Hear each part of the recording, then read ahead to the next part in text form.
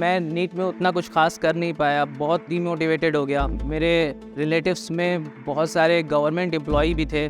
उनको देख के मैंने भी सोचा कि चलो मैंने नीट नहीं किया तो मैं कुछ और कर लूँ। 2015 से 2019 तक मैंने बैंकिंग का प्रिपरेशन किया। मैं जनरली फेलियर ही रहा। जब मुझे इंटरव्यू देने मुंबई जाना था तो मेरी ट्रेन भी छूट गई। आदाब, नमस्कार। मेरा नाम फरहान अली है। मैं बिहार के डिस्ट्रिक्ट मुजफ्फरपुर के एक छोटे से गांव चैनपुर का रहने वाला हूं। मैं अपनी छोटी सी स्टोरी सुनाने से पहले एक शेर बोलना चाहूँगा कि मिटा दे अपनी हस्ती को अगर कुछ मर्तबा चाहे, कि दाना खाक में मिलकर गुले गुलजार होता है। ये शेर मेरी ज़िंदगी में बहुत ही मोटिवेशनल शेर रहा है, क्योंकि इस शेर को मेरे वालिद बुजुर्गवार, मेरे पिता हमेशा बोलते आए हैं मुझे कि बेटा, ज़िंदगी में अगर कुछ करना है तो मेहनत करनी पड़ेगी, पढ़ाई करनी पड़ेगी। तो मैंने अपनी प्राइमरी एजुकेशन जो है वो मैं अपने स्कूल से किया, जहाँ पे मैंने अपने पिता के ज़रिए शिक्षा प्राप्त की। मेरे पिता जो हैं एक वित्तरहित शिक्षा नीति के तहत एक लेक्चरर थे और एक प्राइवेट टीचर भी हैं। उन्होंने एक प्राइवेट स्कूल खोला, उसमें हम लोग की प्राइमरी शिक्षा शुरू हुई। प्राइमरी शिक्षा में आने के बाद से मैंने अपनी फर्स्ट जो प्राइमरी शिक्षा होती है 6th-5th तक वहाँ से मैंने की। उसके बाद मैं अपनी सेकेंडरी एजुकेशन के लिए आपदा स्कूल हाई स्कूल से वहाँ से मैंने अपनी सेकेंडरी शिक्षा प्राप्त की। उसके बाद कहते हैं ना कि बिहार में जब भी कोई बेटा या बेटी पैदा होता है तो गार्जियंस चाहते हैं कि उसके बेटे डॉक्टर्स बने, इंजीनियर्स बने या आईएएस बने। तो मेरे पिता का भी एक सपना था कि मैं डॉक्टर बनूं।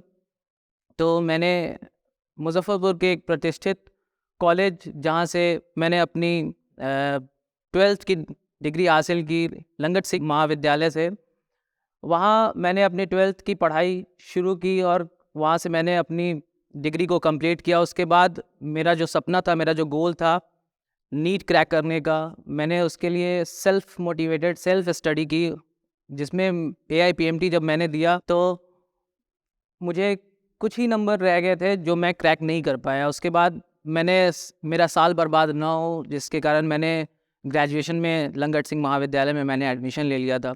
केमिस्ट्री मेरा सब्जेक्ट था, पर केमिस्ट्री एक ऐसा सब्जेक्ट था जिसमें मुझे मन भी लगता था। कहीं कहीं मैंने उसमें बहुत कुछ चूक भी की, जिसके कारण मैं नीट में उतना कुछ खास कर नहीं पाया, बहुत डीमोटिवेटेड हो गया। उसके बाद मैंने अपनी ग्रेजुएशन की डिग्री हासिल की। ग्रेजुएशन की डिग्री के साथ साथ मैं डीमोटिवेटेड था। मेरे घर में, मेरे रिलेटिव्स में बहुत सारे गवर्नमेंट एम्प्लॉई भी थे।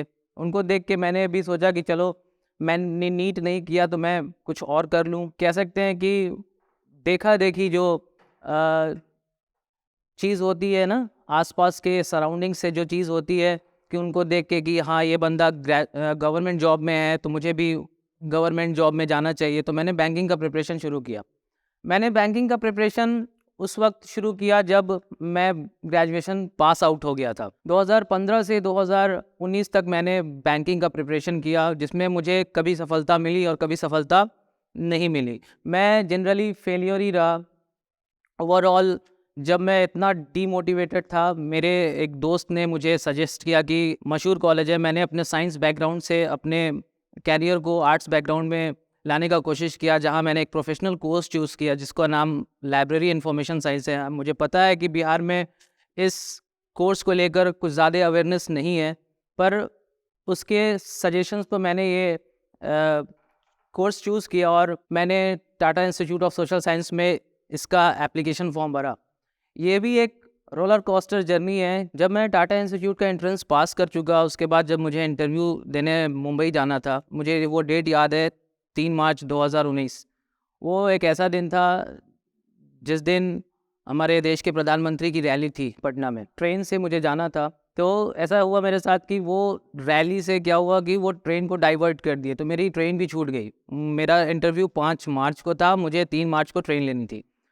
तो ऐसा हुआ कि मैं बहुत अपसेट हो गया। मैंने अपने भाई को कॉल किया कि भाई ऐसा ऐसा बात है, ट्रेन मेरी मिस हो गई, मैं नहीं जा पा रहा हूँ मुंबई। तो भाई ने बोला कि तुझे जाना है, इंटरव्यू देना है? कि हाँ, मुझे जाना है।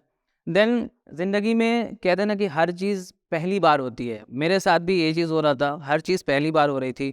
मैं मुंबई पहली बार जा रहा था, मैं फ़्लाइट में पहली बार बैठ रहा था, सारी चीज़ ओवरऑल सब फर्स्ट बार हो रहा था।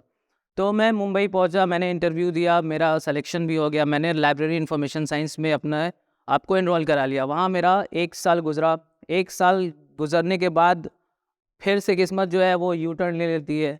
देश में पैंडेमिक आ जाता है और सारे संस्थान जो है वो बंद हो जाते हैं। तो मैंने अपना सेकंड सेमेस्टर, थर्ड सेमेस्टर और फोर्थ सेमेस्टर सब मैंने घर से किया। मेरा डिग्री जो है वो घर से कंप्लीट हो गया। फाइनली मुझे सेकंड सेमेस्टर में मेरे एक प्रोफेसर ने मुझे बोला कि क्यों नहीं तुम लोग यूजीसी नेट का एग्ज़ाम देने का प्रिपरेशन करते हो। तो मैंने वहाँ से मेरा फर्स्ट अटेम्प्ट जो था वो सेकंड सेमेस्टर में ही शुरू हुआ था।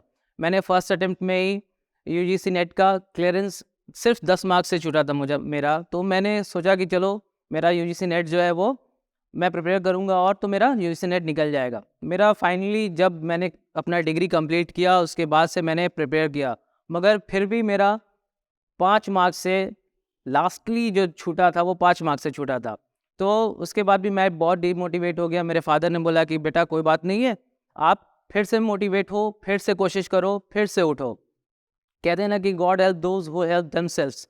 भगवान उसी की मदद करता है जो खुद अपनी आप मदद करता है। तो मैंने खुद अपना फिर से प्रिपरेशन उसी मेहनत के साथ, उसी मोटिवेशन के साथ शुरू किया।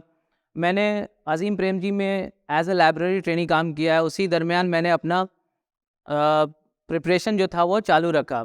फाइनली 2022 में मैंने अपना प्रिपरेशन जो है वो कंप्लीट करके मैंने यूजीसी नेट को क्रैक किया।